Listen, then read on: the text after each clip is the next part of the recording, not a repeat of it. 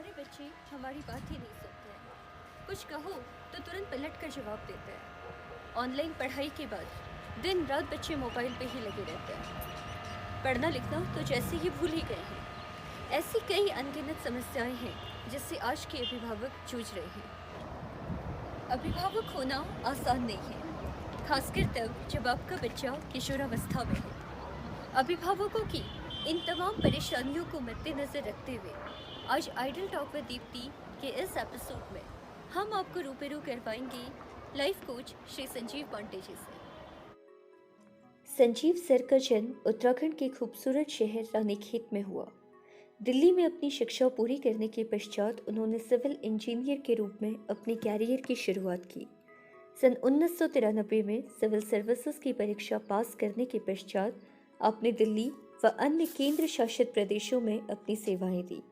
वर्तमान में आप लाइफ मैनेजमेंट वर्कशॉप संचालित कर रहे हैं, जिससे कई लोगों को स्वस्थ व खुशहाल जीवन जीने की प्रेरणा मिली है। इसके अलावा आप स्कूल व कॉलेज के छात्रों के लिए भी पेरेंटिंग वर्कशॉप संचालित करवाते रहे हैं। आइडल टॉक विद दीप्ति को एक्नॉलेज करने के लिए मैं आपकी तहे दिल से आभारी हूँ। कोरोना महामारी के चलते ये संभव नहीं था कि वे इस टॉक शो पे आए और ज़रूरी जानकारी हमारे अभिभावकों से साझा कर सकें। किंतु जब कुछ प्रश्न मैंने उनके सामने रखे तो उन्होंने सहर्ष इसका स्वागत किया और इसका समाधान हमें वीडियो के माध्यम से भेजा।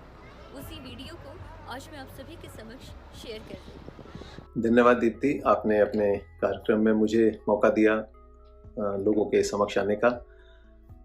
जो आपने प्रश्न पूछे हैं बहुत ही सटीक प्रश्न पूछे हैं, ज्वलंत प्रश्न हैं इस समय के हिसाब से, क्योंकि जो ये समस्याएं हैं बहुत कॉमन हैं और हम सभी को, अभिभावकों को और बच्चों को थोड़ा सा अपने को खोल के, अपने मस्तिष्क को थोड़ा सा खोल के चीज़ों को देखने की आवश्यकता है। तो मैं प्रश्न के उत्तर देने का प्रयास करता हूँ। पहला प्रश्न है कि अभिभावक या शिक्षक यदि बच्चों को डांटें या किसी चीज के लिए मना करें तो बच्चे बहुत जल्दी आक्रामक हो जाते हैं। ऐसे में अभिभावकों को क्या करना चाहिए?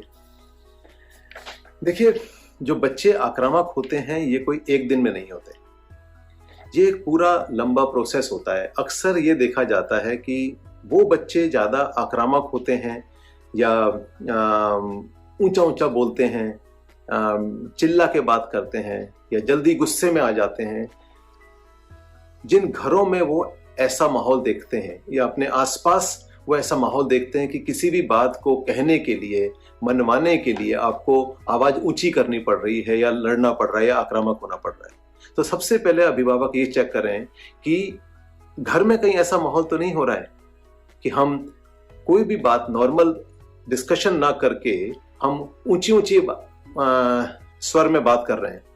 पहला जो पॉइंट है चेक करने वाला। दूसरा ये कि अगर बच्चा आक्रामक होता है, कोई चीज तोड़ने फोड़ने की बात करता है या रूठ जाता है, खाना नहीं खाता है, इसको इस ढंग से समझिए कि ये एक तरह का इमोशनल ब्लैकमेल कर रहा है बच्चा।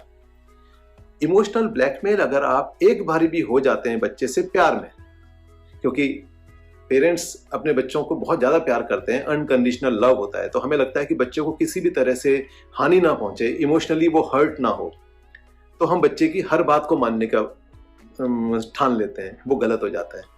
बच्चे को ना सुनने की आदत होनी चाहिए, क्योंकि जीवन में जब आप बड़े होते हैं, जब आप अपने पांव पे खड़े होते हैं, तो हर चीज हाँ नहीं बोलती, आपको ना सुनना आना चाहिए। तो ना, ये भी एक तरह की शिक्षा है कि बच्चे को ना सुनना सिखाना भी एक तरह की शिक्षा है। शिक्षा केवल स्कूल में नहीं दी जाती। तो आपको ये समझना है कि घर में वीटो पावर किसके हाथ में है। इसका मतलब ये नहीं है कि आप हमेशा अपनी चलाएंगे, वो भी गलत है। कोई भी चीज एक्सट्रीम जो है वो गलत है, लेकिन ये क्लैरिटी होनी चाहिए कि हम बच्चे क्या इमोशनल ब्लैकमेल नहीं सहेंगे, क्योंकि एक बार आपने सह लिया, एक बार आपने उसको मान लिया, तो बच्चे को समझ में आ जाता है कि मम्मी का या पापा का कौन सा बटन दबाना है जिससे मेरा काम हो जाएगा। तो वो तो नहीं होने देना।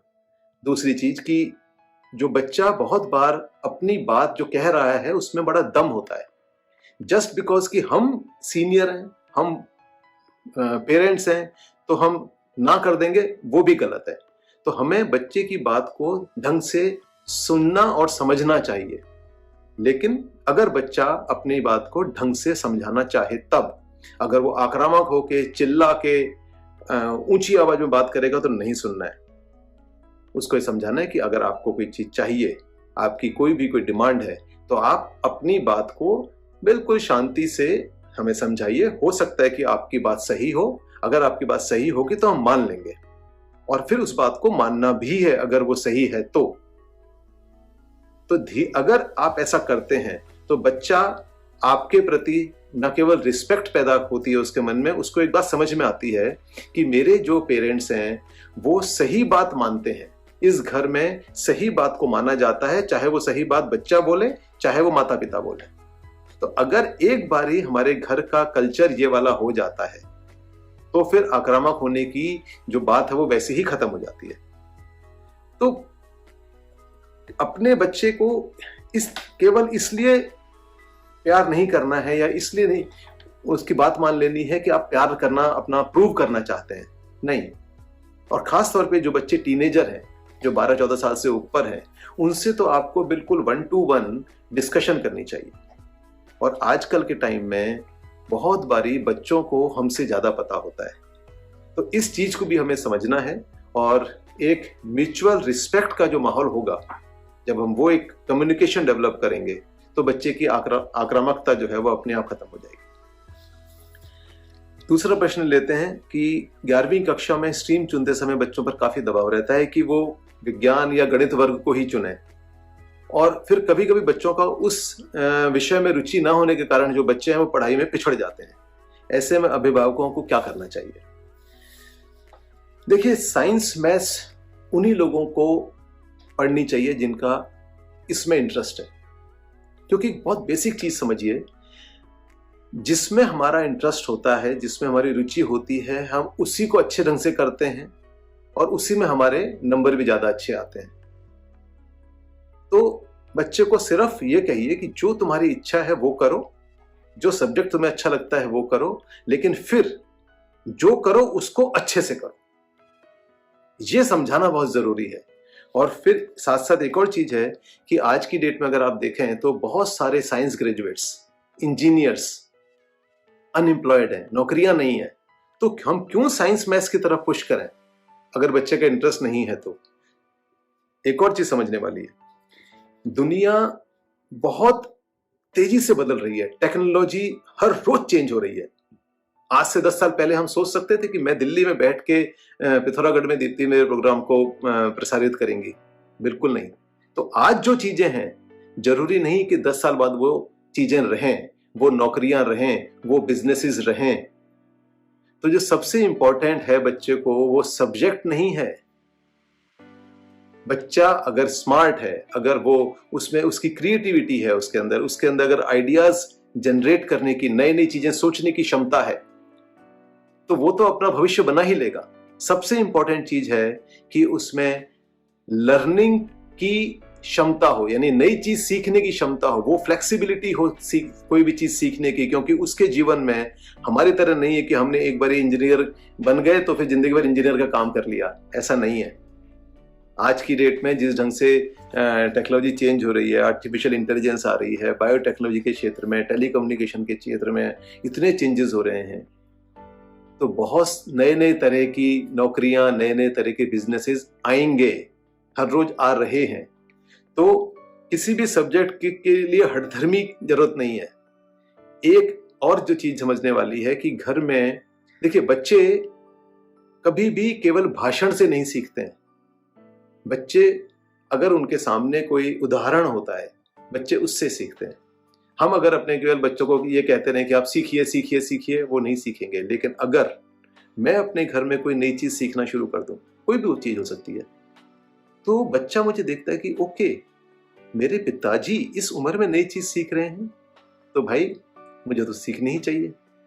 तो ये जो सीखने का एक माहौल पैदा करना, एक लर्निंग कल्चर पैदा करना घर में, अभिभावकों के तौर पे, पेरेंट्स के को जो सबसे अगर हम कर सकें तो सबसे इंपॉर्टेंट काम है कि हम घर में एक नई चीज सीखने का जो कल्चर है वो पैदा करते हैं। तो बच्चा अपने आप नई चीज सीखना शुरू कर देगा। एक और साथ में प्रश्न पूछा था दीप्ति ने कि आजकल जो मोबाइल है, चूंकि सभी की ज़रूरत है, खासतौर पे कोविड के बाद जो ऑनलाइन क्लासेस स्टार्ट हुई हैं पिछले 1 साल में, उसमें मोबाइल या लैपटॉप बिल्कुल एक जीवन का हिस्सा बन गए, पढ़ाई का हिस्सा बन गए। तो उसका जो मिसयूज हो रहा है, जो एक गलत आदत पड़ रही है बच्चों को, उसको कैसे डील किया जाए। तो मैं उस प्रश्न को भी इस प्रश्न के उत्तर से जोड़ रहा हूं कि मोबाइल जैसे कि हर टेक्नोलॉजी का होता है, अच्छाई भी है, बुराई भी है। तो हमें अगर अभिभावक होने के नाते मैं अगर बहुत ज्यादा मोबाइल में हमेशा घुसा रहूं तो मेरा बच्चा भी मोबाइल में घुसा रहेगा।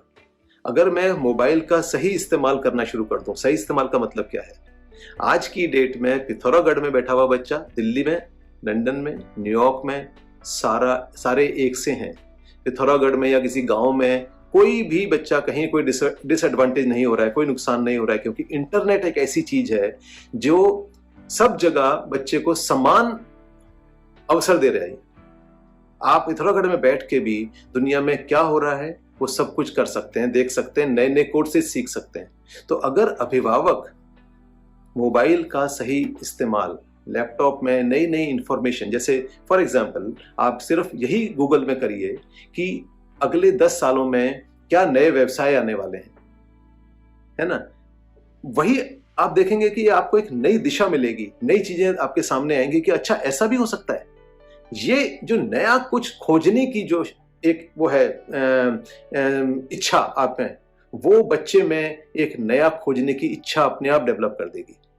तो वो मोबाइल का फिर केवल ये जो गेम्स खेलना या फेसबुक या व्हाट्सएप या और फालतू के जो वीडियोस हैं उनको देखने में नहीं लगाएगा, क्योंकि मोबाइल से आप बच्चे को हटा नहीं सकते हैं। आज की डेट में मोबाइल तो उसके पास रहेगा, क्योंकि वो एक लर्निंग इंस्ट्रूमेंट है। सिर्फ उस इंस्ट्रूमेंट का सही इस्तेमाल अगर हम बच्चे को सिखा सकें, और उसके लिए मुझे लगता है कि बच्चे सबसे ज्यादा अपने अभिभावकों के खुद के एग्जाम्पल से सीखते हैं। और अगर मैं देखूं तो मैं पिता होने के बाद अगर मैं खुद नई चीज सीखता हूं तो अगर उसके बाद मैं बच्चे को कहता हूं तो मैं बहुत एक सॉलिड प्लेटफॉर्म से बोलता हूं, मेरे बात में खोखलापन नहीं होता है। अदरवाइज मैं तो 5 घंटे टीवी देख रहा हूं, फेसबुक पे लगा हुआ हूं, मैं अपने बच्चे को बोल रहा हूं कि भाई तुम अच्छी चीज करो, तुम पढ़ाई करो, नहीं, वो बात खोखली, मेरी बात खोखली है, मैं खुद नहीं कर रहा हूं, तो मैं किस मुंह से बोल रहा हूं बच्चे को। तब मेरी बात में बल आएगा, तब मेरे कन्विक्शन आएगा, तब जब मैं खुद उस चीज को करता हूं अपने जीवन में, और वही चीज मेरा बच्चा करेगा। बच्चे हमेशा एग्जाम्पल से सीखते हैं।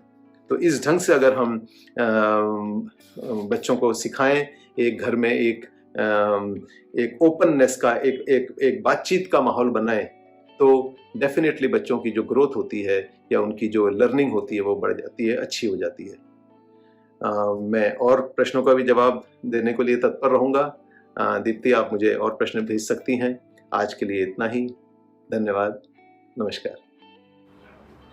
संजीव सर, आपका बहुत बहुत धन्यवाद अपना अमूल्य समय हमें देने के लिए, साथ ही पहाड़ के बच्चों को शिक्षित व प्रेरित करने की जो ललक आप में है, for that we really salute you sir. Thank you so much. आशा करती हूँ आज के इस शो के माध्यम से कई सारी जानकारियाँ हमारे अभिभावकों को मिली होंगी। पेरेंटिंग से रिलेटेड कोई भी प्रॉब्लम या कोई भी दुविधा अगर आपके मन में है तो आप उसे हमारे कमेंट बॉक्स में शेयर कर सकते हैं। संजीव सर और मैं आगे भी इसी तरह वीडियोस बनाते रहेंगे और आपका मार्गदर्शन करते रहेंगे। हमसे जुड़े रहने के लिए आप सभी का बहुत बहुत धन्यवाद।